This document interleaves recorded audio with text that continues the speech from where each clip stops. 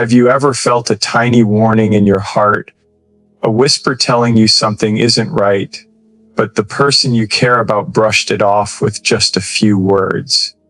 Today, we're going to uncover the red flags hidden in the things men say, the phrases that seem harmless but quietly reveal the truth you need to see.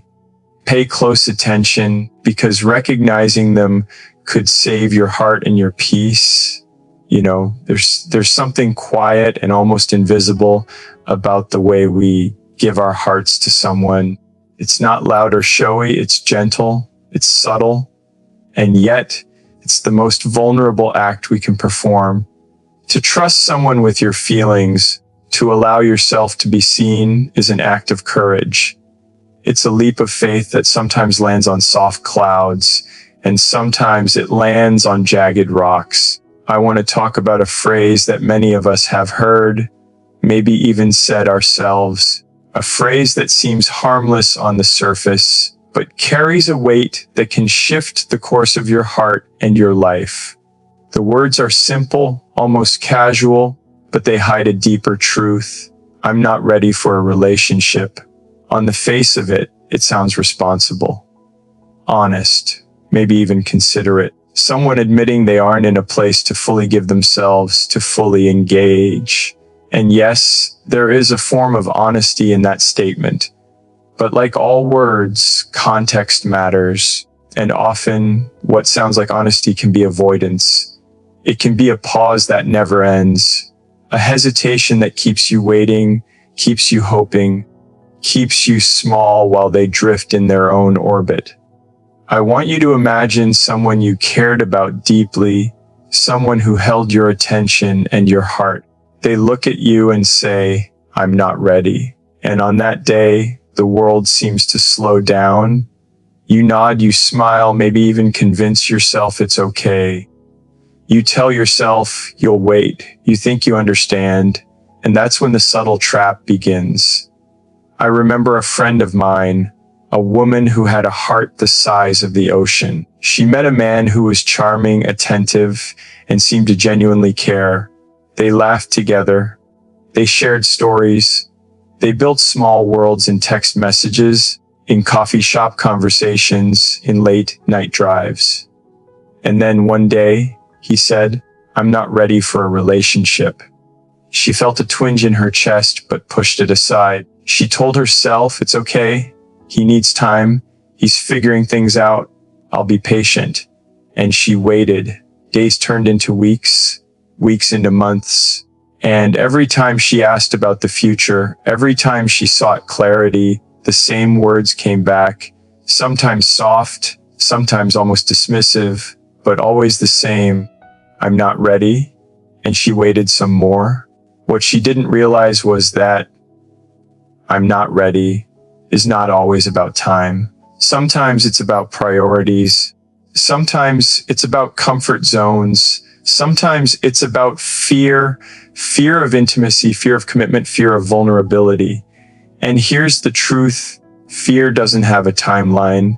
Fear doesn't magically disappear.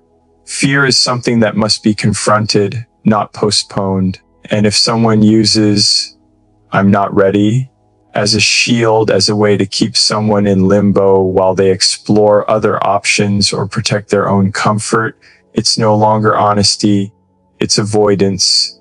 And here's where it gets tricky. We live in a world that teaches patience as a virtue, especially in love. We are told to wait, to understand, to forgive delays. We are told to give people space, to respect their journey. And yes, patience is noble. Understanding is powerful. But there's a line between patience and self-erasure. There's a line between giving space and giving away pieces of your soul in the hope that someone else will eventually catch up. Think about it. Every day we spend waiting for someone else to be ready is a day we could be growing, loving, and being loved fully by someone who is already ready. Every moment spent convincing ourselves that delay is okay, that limbo is acceptable, is a moment we deny ourselves the clarity we deserve. We deny ourselves the chance to be in a partnership where both hearts are aligned, moving in the same direction. And here's the thing about words.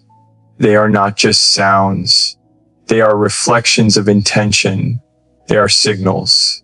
When someone consistently says, "I'm not ready," it's not just a statement about their state of mind. It's a reflection of what they can give. And that reflection is vital because love is not meant to be one-sided. Love is not a waiting game where one person holds the pieces while the other decides if they want to play. Love is a meeting of hearts, a union of intention, a shared willingness to step into vulnerability together. I want to tell you another story. A friend of mine, a man this time, met someone who felt like a universe in human form. Every conversation was electric. Every glance felt like an invitation into something larger than life. And then she said it with a gentle smile that cut deeper than any anger could. "I'm not ready for a relationship." He felt it in his chest, a hollow ache. And for a moment, he thought he could wait. But something inside him stirred. A quiet, insistent voice that whispered, "If she can't meet you here, if she can't step forward now, it's not about you, it's about what she's not ready to face." And he realized something vital. Sometimes people are not ready. And sometimes we cannot make them ready. And sometimes waiting is not a testament to love, it's a surrender of self. The paradox of love is that we want it to be patient and enduring, but we also want it to be present and authentic. We want someone who is ready to stand beside us in the world, who can show up fully, not tomorrow, not someday, but now. Words like, "I'm not ready," can be a form of honesty, yes, but they can also be a red flag. They can be a warning that the alignment isn't there, that the timing is off, that the heart we are investing in is not prepared to invest back. I've seen this pattern countless times. People who wait for partners to catch up, only to discover that the waiting was endless. People who diminish their own desires and intuition in the name of patience, only to realize years later that the person they waited for never intended to arrive in the way they hoped. And yet, this is not a story of blame. It is a story of awakening. It is a call to recognize the signals, to trust the whispers of your heart, to honor the moments when your energy is being misaligned with someone else's. Because here's the beauty of clarity, it frees you. When someone says, "I'm not ready," and you hear it with honesty and courage, you are given a gift. The gift is not heartbreak, it is awareness. The gift is not rejection, it is opportunity. The gift is the chance to step fully into yourself, to protect your heart, and to seek connections where readiness is mutual, where intention is shared, and where love can flourish without hesitation.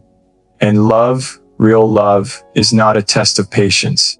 It is a celebration of presence. It is a dance where both partners show up, not reluctantly, but willingly. It is a song where both voices harmonize, not one lingering in the shadows while the other carries the melody alone. So, when you hear the words, "I'm not ready for a relationship," listen not just with your ears, but with your soul. Feel the resonance in your body, the intuition that tells you what you need to hear, not just what you want to hear. Recognize that patience is powerful, but self-respect is paramount. Recognize that waiting is a choice, and sometimes the most courageous choice is to step away, to reclaim your energy, and to allow life to bring someone who is already ready to meet you where you are. Because the truth is, the world is full of people who are prepared to love fully, to show up authentically, to honor your heart as much as their own. They exist. They are waiting in the same way you are waiting. And the more we recognize the words that signal misalignment, the more we free ourselves to find the love that is not hesitant, not postponed, not conditional, but present, alive and whole. So hear this. I'm not ready for a relationship is more than just a phrase. It is a moment of truth, a reflection of intention, a signal of alignment or lack thereof.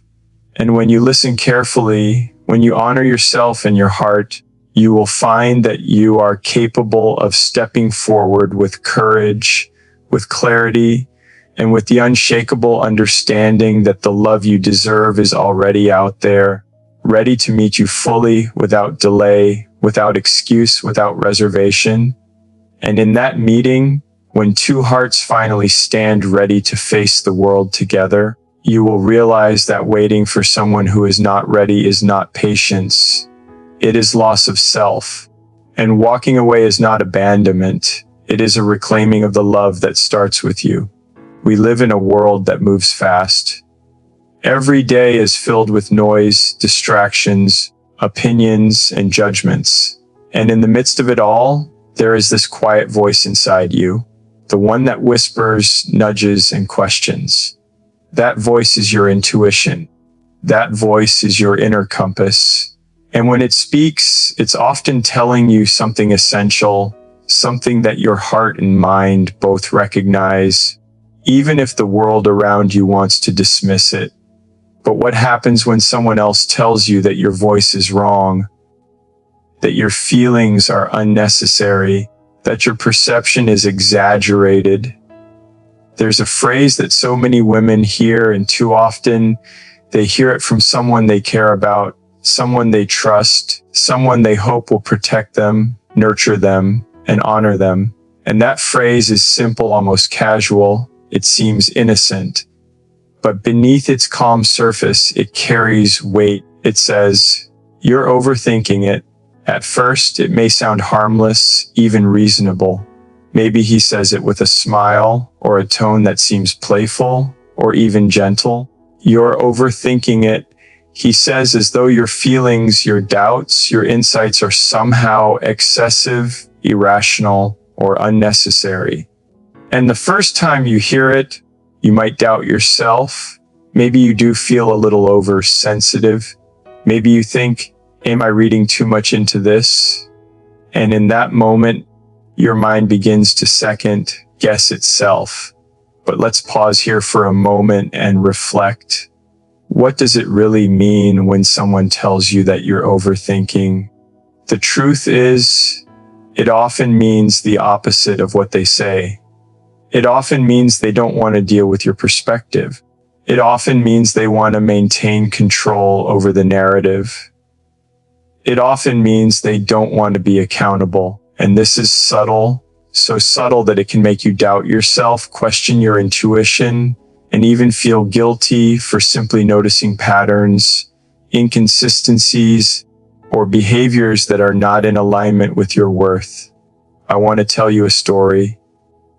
A friend of mine, a woman with a heart that radiates warmth and intelligence, once shared with me how her partner would consistently dismiss her concerns.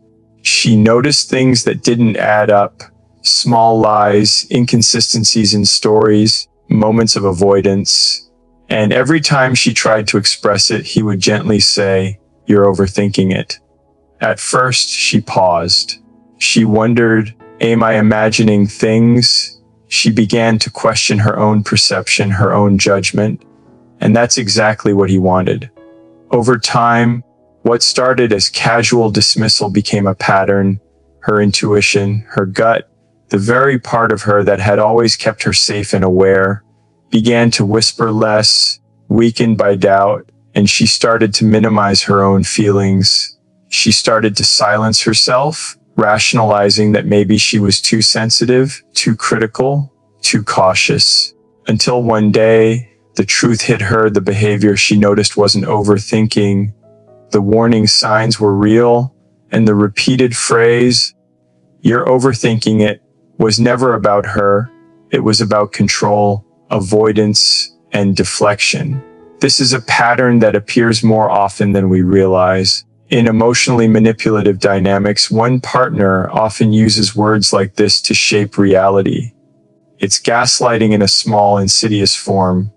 Not every time someone says, Your overthinking it is a red flag. But when it becomes repetitive, when it comes with a dismissal of your feelings, when it creates doubt about your own instincts, it is a signal to pause, to step back, and to evaluate not just the words, but the intent behind them. Think about it. How many times have you caught yourself analyzing every text, every message, every look, every pause, every tone of voice? And how often, in a healthy dynamic, has someone said, "Tell me what you see. I want to understand"? The difference is monumental. One invites communication, openness, and connection. The other erodes your self-trust and plants seeds of doubt slowly, quietly, without the drama of overt conflict. I want you to consider this from a psychological perspective. Studies show that repeated dismissal of feelings, minimizing emotional expression, is strongly correlated with reduced self-confidence, increased anxiety, and long-term emotional distress. Your mind and heart are wired to pick up on patterns. When someone consistently tells you that your feelings are too much, too intense, too sensitive, or overthought, it's not just words. It's a subtle attempt to manipulate perception. And when you start doubting yourself, you lose connection with the most important ally you have, your own intuition. Let me give you another example. A young woman I know had been dating someone for several months. Every time she asked about plans, about future intentions, about small inconsistencies in stories, he would shrug and say, "You're overthinking it." She started to believe him. She started to silence the questions, hide the doubts, even ignore the warning signs that had been so clear at first. It took months before she realized that she had lost touch with herself in the process. That simple phrase, repeated over time, had chipped away at her confidence, her clarity, and her sense of safety. And here's the key. Overthinking is often framed as a flaw, but there is a difference between overanalyzing out of insecurity and overanalyzing because you are alert, aware, and engaged. The mind notices patterns. The heart senses imbalance. And when you act on intuition, you are not overthinking. You are protecting yourself. You are honoring your feelings. You are responding to the subtle signals that life sends. I want to be very clear. Anyone who tells you you're overthinking simply because you are attentive, careful, or aware is not supporting your growth. They are eroding it. They are subtly shifting the burden of awareness onto you, making you doubt what your instincts have always known. And this is dangerous because it trains you to question yourself, to normalize discomfort, and to ignore the whispers of your own wisdom. Real relationships, the kind that are healthy and life-affirming, don't silence. They listen, they reflect, they engage. When a partner is confronted with a concern, a question, or a doubt, they do not respond with dismissal. They respond with dialogue. They say, "I hear you, I understand. Let's talk about it." Words like, "You're overthinking it," repeated, reveal a lack of accountability and a resistance to authentic connection. And there's something else here, something profound. When someone tells you you're overthinking, it's often because they are uncomfortable facing their own truth. The behaviors, the inconsistencies, the lack of alignment, they notice that you notice, and rather than confront it, they deflect it onto you. It's easier for them to convince you that your mind is too active than to confront their own actions, their own limitations, their own responsibilities. You see, your mind is not the enemy. Your thoughts, your awareness, your intuition, they are allies. They are guardians of your heart. And when someone tells you that you're overthinking, it's not just about the present moment. It's about how you value yourself, how you perceive your own worth, how you respond to dismissal. Because over time, the repeated dismissal creates a pattern. It trains you to ignore what you feel. It trains you to silence your own voice, and the result is not clarity, not peace. It is confusion, doubt, and emotional exhaustion. I want to tell you something that might feel radical, but it's true. Your mind is not overactive when it notices. Your heart is not oversensitive when it feels. Your intuition is not wrong when it senses misalignment. And when someone tries to convince you otherwise, it is not a reflection of your flaw. It is a reflection of theirs. The red flag is not in you. The red flag is in the dynamic that asks you to doubt yourself, that asks you to shrink, that asks you to defer your own awareness in order to protect their comfort. And here's the final truth: when you recognize this, when you see the pattern, when you honor your feelings and trust your mind, you reclaim power, you reclaim clarity, you reclaim yourself.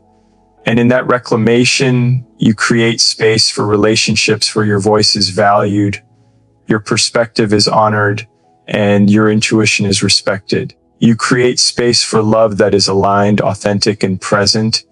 Love that does not require you to silence yourself in order to be accepted. So, when someone tells you you're overthinking it, listen carefully, not just to the words, but to what they reveal. Observe the intention, the pattern, the energy. Protect your inner compass. Trust your instincts, and never allow someone else's discomfort to dictate the validity of your own feelings. Because your mind is your ally, your heart is your guide, and your life, your love, and your happiness deserve the clarity, presence, and authenticity that only comes when you refuse to be silenced by someone else's dismissal. There's a phrase that sounds like hope wrapped in words. It feels like a promise, like possibility, like a bridge to the future. It's simple, gentle, even comforting. I'll change for you. When we hear it, it resonates.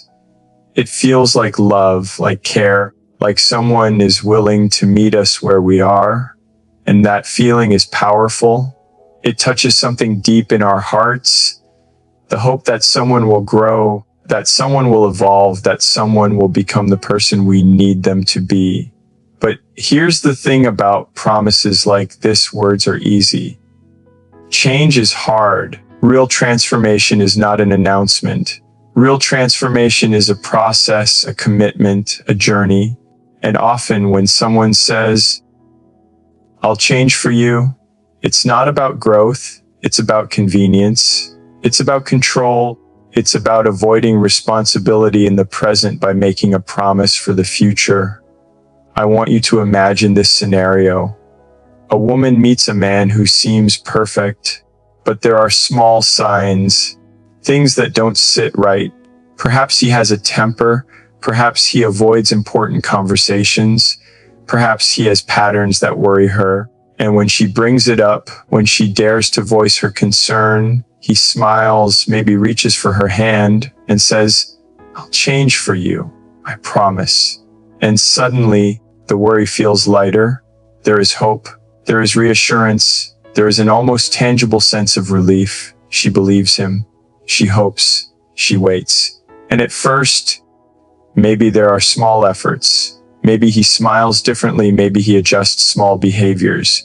But over time, the underlying patterns return. The temper, the avoidance, the inconsistencies, they creep back almost unnoticed, almost imperceptible. And every time she points it out, he repeats the same words: "I'll change for you. I'm trying. I'll do better." And she begins to measure his attempts, to weigh the promise against reality, to hope that one day, somehow, the promise will become truth. The danger in this phrase is subtle, but it's profound. It's not the words themselves. They are sincere, sounding, filled with intention, but the timing, the context, and the consistency reveal the truth. Change that is offered as a gift for someone else is rarely sustainable. Real growth comes from within, from a place of self-awareness, from a commitment to becoming better because it aligns with who you are, not because someone else is hoping, waiting, or pleading. Think about it. How many times have you heard this in your life? Or perhaps even said it yourself? How many times have we leaned on the idea that we can become someone else for the sake of love, or that someone else can become what we need for the sake of connection? There's a beauty in the intention. It feels like love. But the truth is that love that requires transformation to be earned is conditional. Love that asks for change is a mirror of expectation, not authenticity. I remember a story of a friend who met someone charming and charismatic. At first, it seemed perfect. He was attentive, affectionate, and deeply engaging. But soon, small behaviors emerged: jealousy, inconsistency, a reluctance to take responsibility for his mistakes. And when confronted, he would say, "I'll change for you. I want to be better for us." She believed him. She felt the love, the hope, the potential. And she waited. Months passed, then years. The promise remained, the effort was sporadic, and the patterns, the things that truly mattered, never changed. And that's the lesson. Change is not a gift to give someone else. Change is a reflection of inner work, of self-awareness, of a desire to grow because it aligns with your truth. When someone tells you they will change for you, pause, observe, ask yourself, is this change showing up in action today? Is this transformation visible, consistent, and tangible? Or is it a promise, a hope, a reassurance that postpones reality? There's a psychological truth here. Studies in relationship behavior show that individuals who promise change to please others often struggle with follow-through. Their motivation is extrinsic. They are trying to satisfy, appease, or avoid conflict, rather than intrinsic. And extrinsic motivation rarely leads to lasting transformation. Over time, promises become words without weight, hope without foundation, and love without stability. Let's consider a subtle example. Imagine someone who consistently avoids discussing emotions. When asked, he says, "I'll change for you. I'll open up more." Weeks pass. He speaks briefly about feelings, then retreats. Promises were made, but patterns remain. Another example, someone who is chronically late, unreliable, or dismissive of boundaries. They say, "I'll change for you. I know I need to improve." But the behavior continues. The promise is there, but the action is not. And over time, the repeated gap between words and behavior erodes trust, safety, and emotional security. We often underestimate the power of observation. Love is not just what is spoken, it is what is lived. And when words of change are not backed by consistent, tangible action, they are not love. They are hope tethered to possibility, and hope alone cannot sustain a relationship. It can comfort, it can calm, it can mask discomfort temporarily, but it cannot build a foundation. A foundation requires alignment between words and action, between intention and behavior, between promise and reality.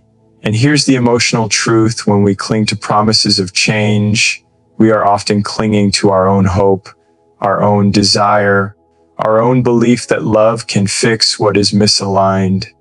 We convince ourselves that patience is virtue, that waiting is noble, that holding on will eventually yield transformation. But love is not a test of endurance.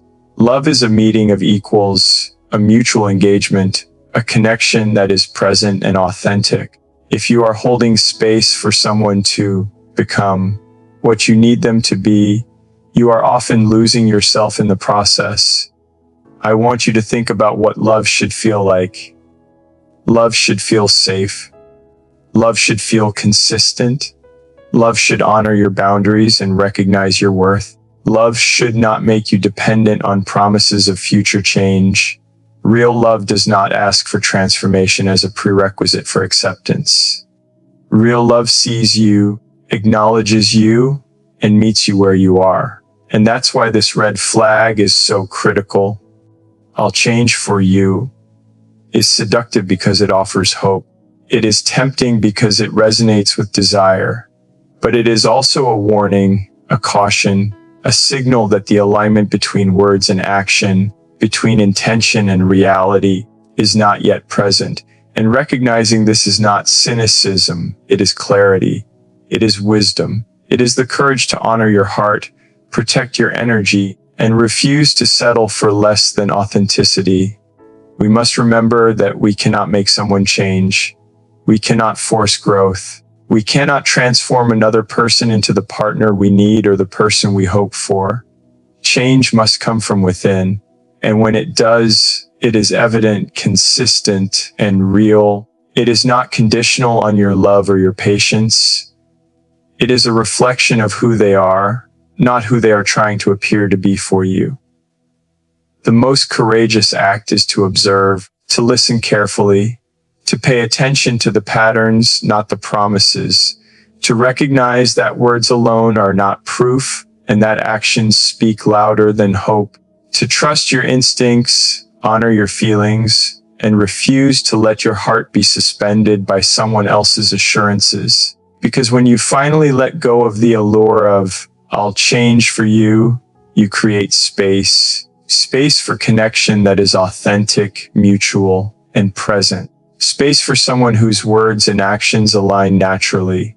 Space for love that does not require sacrifice of your own clarity, your own self-respect, or your own emotional safety. And in that space, you will find relationships that are alive, healthy, and genuine. Relationships where change, if it occurs, comes from desire, from growth, from the natural unfolding of someone who is already committed to showing up fully.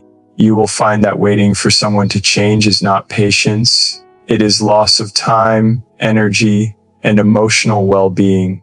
And walking away from empty promises is not rejection.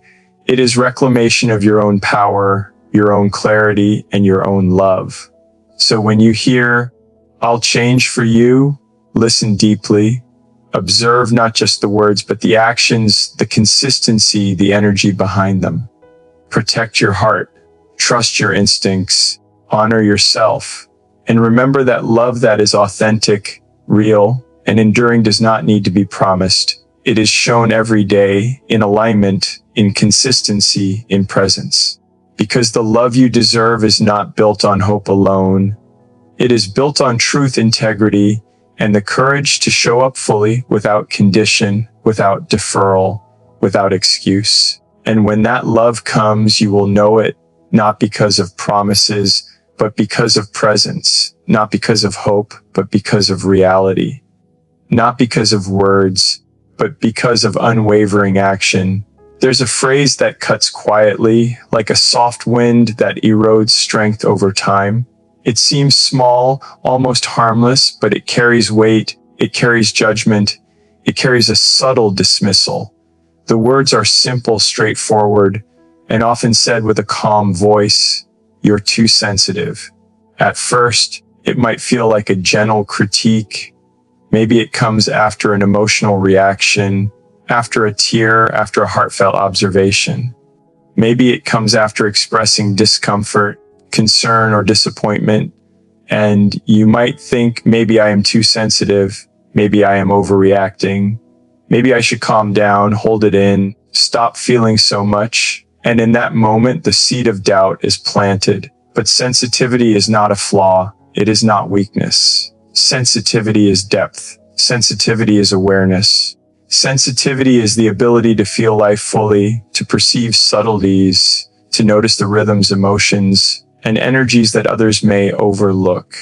Sensitivity is empathy. Sensitivity is the heartbeat of connection. To call it too much is not to see its power. It is to diminish it, to hide it, to undermine it, and in doing so, to undermine the very essence of who someone is. I want you to imagine a young woman who has always noticed details others miss, the slight tension in a conversation, the subtle sadness behind a smile, the unspoken words that carry meaning. She shares her thoughts and feelings openly, expecting understanding, expecting partnership, expecting someone to value what she brings. And instead, she hears, "You're too sensitive." The words are delivered with ease, maybe even kindness, but they hit deep. They make her question herself. They make her shrink, withdraw, and doubt the validity of her own perception. What she doesn't see at first is that these words are less about her and more about the person saying them. Often, when someone calls another too sensitive, it is a reflection of discomfort, fear, or avoidance. It is easier for someone to label someone else as too much than to confront their own inability to handle emotional depth, their own avoidance of accountability, or their own discomfort with vulnerability. It is easier to dismiss sensitivity than to meet it, to hear it, and to respond to it. Consider this from a broader perspective. Emotional intelligence, empathy, and awareness are qualities linked to resilience, strong relationships, and effective communication. Sensitivity allows people to perceive subtle shifts in mood, to feel the undercurrents of tension, and to act with care and intentionality. To call sensitivity a flaw is to disregard a strength, to ignore a talent, to dismiss a quality that can create deep connection, understanding, and love. I know a story that illustrates this well. A woman in her late 20s had been in a relationship for a year. She noticed small but significant patterns, the way her partner avoided certain topics, how he dismissed her concerns, how he became impatient when she expressed feelings. When she tried to talk about it, he told her, "You're too sensitive." At first, she doubted herself. She asked friends for advice. She questioned whether her feelings were valid. Over time, she began to suppress her emotional intelligence, to mute her awareness, to hide her sensitivity in order to maintain peace. And in doing so, she lost connection with the part of herself that had always guided her, that had always protected her, that had always helped her see the world with clarity and depth. The danger in hearing these words repeatedly is subtle but profound. Over time, sensitivity becomes something to apologize for. Feelings are seen as burdens, not guides. The very essence of who someone is reframed as a liability, and this is a slow erosion of self-esteem, confidence, and authenticity. The red flag is not in the sensitivity, it is in the dynamic that seeks to diminish it, control it, or make it something to hide. Let's pause and reflect on the paradox here. In a world where emotional awareness is rare and depth is uncommon, sensitivity is a gift. It allows people to notice injustice, to feel deeply for others, to act with kindness, and to build relationships grounded in empathy. Sensitivity is what allows us to see the nuance in life, to perceive the truth beneath appearances, and to connect in ways that are meaningful and transformative. It is not too much. It is exactly what the world needs more of. Yet society often frames sensitivity as weakness. And in relationships, that framing is used to dismiss, control, and manipulate. When someone tells you you're too sensitive, ask yourself, is your perception really too much? Or is it that the other person is unwilling to meet the depth of your awareness?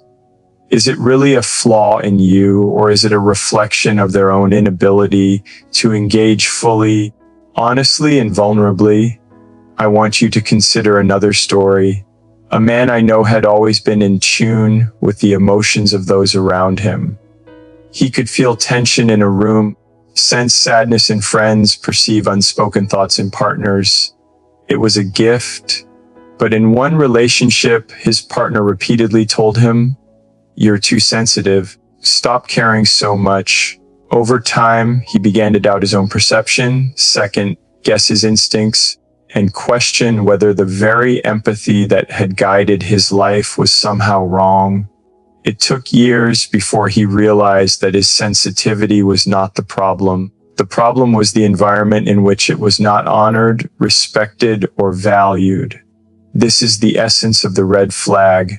Sensitivity is strength. When someone calls it too much, pay attention, notice the pattern.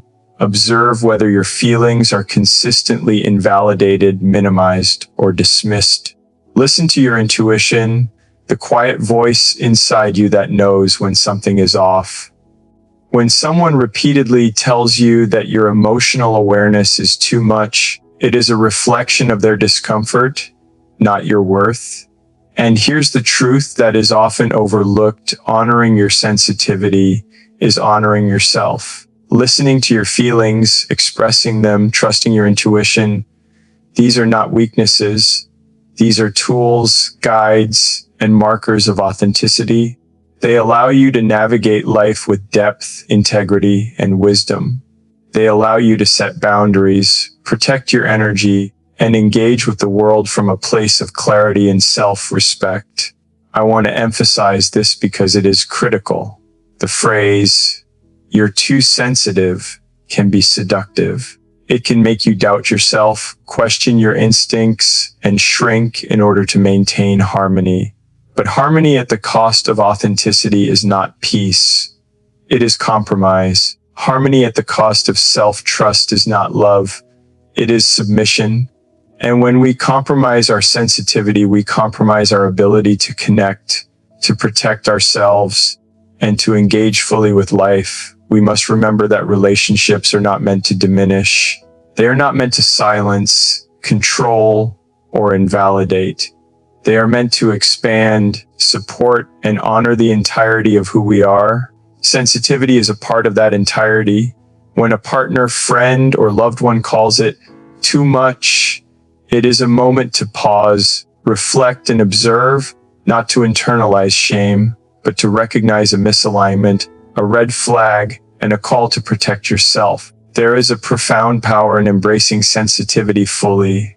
It allows you to feel joy intensely, love deeply, and connect authentically. It allows you to respond to injustice, to comfort those in need, and to navigate life with wisdom. It is not something to hide, apologize for, or diminish. It is a part of your truth, your strength, and your ability to engage with the world in a meaningful way. And here's the final insight: when you honor your sensitivity, you attract people who value it. You attract those who see it as strength, not burden. You create space for connections where your awareness, depth, and emotional intelligence are celebrated, nurtured, and respected. You create relationships grounded in authenticity, trust, and mutual understanding. Relationships where the red flags of dismissal, invalidation, and minimization no longer exist. So, when someone tells you you're too sensitive, listen carefully. Observe the intent, the pattern, the energy behind the words. Trust your instincts, protect your heart, honor your awareness, and know this sensitivity is not a flaw. It is your gift. It is your strength. It is the compass that guides you toward authenticity, connection, and love that is real, deep, and enduring. Because the world needs sensitive people, people who feel, who notice, who care, and who act with integrity. The world needs people who honor themselves enough to trust their own hearts, even when others try to tell them it is too much. And in honoring your sensitivity, you honor life itself, the beauty of connection, and the depth of what it means to truly love and be loved. There's a phrase that feels light when it's spoken, almost dismissive, almost casual, and yet it carries more weight than many realize. It's small, simple, and frequently heard. It's not a big deal. On the surface, it sounds harmless. It might even sound reassuring. It might be delivered with a gentle tone, with a laugh, with an attempt to calm you down. And in that moment, you might think, maybe it isn't. Maybe I am overreacting. Maybe I should just let it go. But this phrase is often not what it seems. When someone repeatedly says, "it's not a big deal," it can slowly, quietly erode your sense of importance, your perception of reality, and your connection to your own feelings. It is a phrase that minimizes your experiences, your concerns, your emotions. It is a phrase that subtly communicates that your perspective, your truth, your awareness is not significant, and that is not harmless. That is a red flag. Imagine a young woman who notices something in her relationship that makes her uncomfortable. A broken promise, a small lie, a dismissive tone.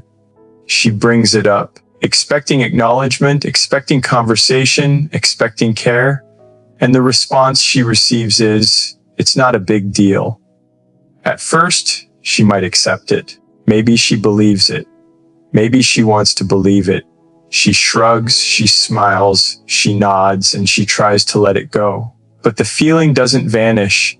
It lingers in her chest, in her mind, in her heart. And then it happens again and again. Every concern she raises, every moment she hopes to be heard, is met with the same dismissive words. It's not a big deal. Over time, the small moments accumulate. The dismissal, subtle as it may be, becomes a pattern. What seemed trivial at first now feels like a breach of trust, a denial of reality, a slow undermining of her emotional experience. And she begins to question herself. Am I too sensitive? Am I overreacting? Is my concern really valid? The danger in this phrase is that it disguises emotional manipulation as reassurance. By telling someone their concern is not a big deal, the speaker avoids accountability, avoids discomfort, and avoids facing the impact of their own behavior. And over time, it can train the person receiving the message to minimize themselves, their feelings, and their own experiences. It's subtle, and it's powerful, and it can leave lasting scars. I want you to think about it in practical terms. A relationship is built on trust, communication, and shared understanding.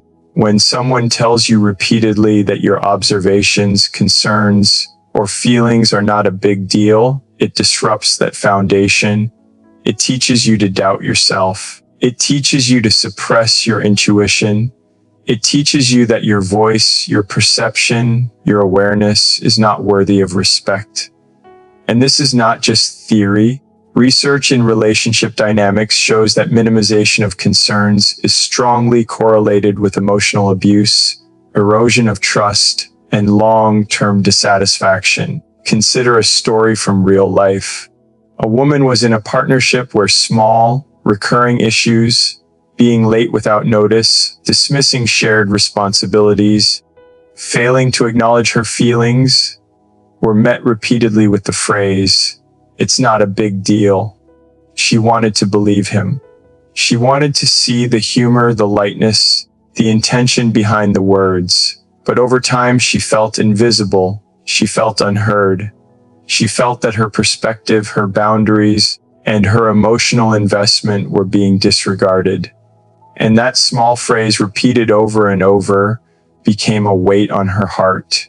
The key here is understanding the difference between intention and impact. Sometimes people say, "It's not a big deal," because they genuinely believe it is minor.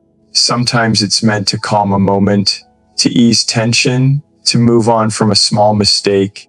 But when it becomes a pattern, when your concerns are consistently minimized, the impact is clear. You begin to doubt yourself. You begin to second-guess reality. You begin to diminish your own voice. And that is not about minor mistakes. That is about a pattern of invalidation that erodes emotional safety. And there is another subtle danger. When someone minimizes your feelings, they are also minimizing responsibility. They are shifting the burden away from their own actions and onto your perception. It is easier to say, "It's not a big deal," than to take accountability for behavior, to apologize, or to engage in meaningful dialogue. And over time, this avoidance can become normalized. What begins as a small dismissal becomes a chronic pattern, one that affects self-esteem, trust, and the ability to feel secure in a relationship. I remember a friend who often brought up small annoyances in his relationship. The way his partner ignored shared responsibilities, the casual disregard for plans, the subtle dismissiveness in conversation. And every time the response was, "It's not a big deal," At first, he laughed it off. He told himself, "It's fine, I'm overreacting." But the laughter faded, replaced by frustration and quiet resentment. What seemed small became significant, and he realized that the phrase was not just words, it was a reflection of how his feelings were being treated. This is why paying attention to language is crucial. Words are more than sounds, they are signals. When someone repeatedly tells you that your feelings are not important, that your concerns are trivial, that your perspective is secondary, it is a reflection of the dynamic, not your worth. And recognizing that is not about being sensitive or overreacting. It is about protecting yourself, honoring your feelings, and demanding the respect you deserve. There's a subtle power in observation. When you notice patterns like this, when you hear words like, "It's not a big deal," pay attention. Notice how often it occurs. Notice how it makes you feel. Notice whether your concerns are consistently minimized or dismissed. And most importantly, notice how you respond to it. Because your response is a measure of your self-respect, your boundaries, and your willingness to honor your own emotional truth. It's also important to consider the long-term effects of repeated minimization. When concerns are regularly dismissed, trust erodes, communication breaks down, resentment builds, the connection that should exist between partners, the shared understanding, the acknowledgement of each other's experiences begins to weaken. And what remains is not a partnership, but a dynamic where one person's voice is silenced intentionally or unconsciously. Here's the deeper truth. Every time someone tells you that something is not a big deal, you are faced with a choice. You can accept it, internalize it, and allow your feelings to be minimized. Or you can honor your own perception, your own heart, and your own truth. You can observe the pattern, recognize the red flag, and make a decision about whether this dynamic aligns with the respect and emotional safety you deserve. The phrase, "It's not a big deal," may seem small, but the impact is enormous. It teaches you to doubt yourself, it silences your voice, it diminishes your experience, and it normalizes invalidation. And over time, repeated exposure to this pattern can make someone question their own reality, their own instincts, and their own worth. That is why it is a red flag, why it deserves attention, and why it requires awareness, reflection, and courage. There is another dimension to this. When your concerns are minimized, it is not just about the relationship. It is about your own ability to trust yourself. Your intuition, your perception, your awareness are guides. They are the compass that helps you navigate the complexities of life and love. When someone tells you, "It's not a big deal," and you begin to question your own judgment, you risk losing connection with your own guidance. And when that connection is weakened, everything becomes more difficult. Decisions, relationships, boundaries, and self-respect all become compromised. I want you to imagine a life where your feelings are honored, where your concerns are listened to, where your emotional truth is validated. In that life, phrases like, "It's not a big deal," are not used to diminish, dismiss, or control. Instead, the focus is on dialogue, empathy, and mutual respect.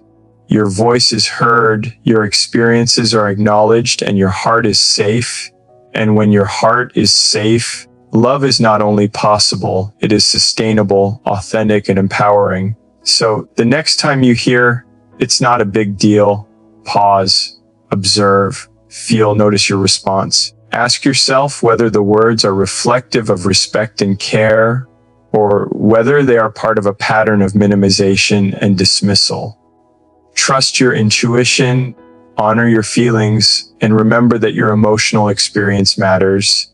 It is valid, it is real, and it deserves recognition. Because the love you deserve is not built on minimizing your feelings. It is built on acknowledgement, on respect, on presence, and on mutual care. It is built on a foundation where concerns are met with dialogue, not dismissal, where feelings are honored, not erased, and where your voice is valued, not silenced. And in recognizing this red flag, in observing the pattern, in trusting your heart, you reclaim your power. You reclaim clarity. You reclaim the ability to engage in relationships that are authentic, aligned, and safe. And in that reclamation, you open the door to connections that are not just comforting, but nourishing, expansive, and deeply fulfilling, because your voice matters, your feelings matter. And it's not a big deal is not something to accept blindly. It is a signal, a mirror, and an invitation to honor yourself and the love you truly deserve. At the end of the day, it all comes down to one truth: your feelings, your intuition, and your voice matter. The words someone uses, the patterns they create, and the way they respond to your heart reveal far more than they intend. These red flags are not there to scare you. They are there to awaken you, to help you see clearly, to guide you toward relationships that honor your worth, your boundaries, and your authenticity. Never let anyone diminish your awareness, dismiss your feelings, or ask you to compromise your truth. Pay attention, trust your instincts, and honor yourself. When you recognize the signs, you gain clarity, you protect your heart, and you create space for love that is real, nurturing, and aligned. Remember, the love you deserve is not built on excuses, promises, or minimization. It is built on respect, integrity, and presence. Honor your heart, trust your voice, and never settle for less than what reflects your value. Because when you do, you don't just protect yourself, you open the door to a life and a love that is as extraordinary as you are.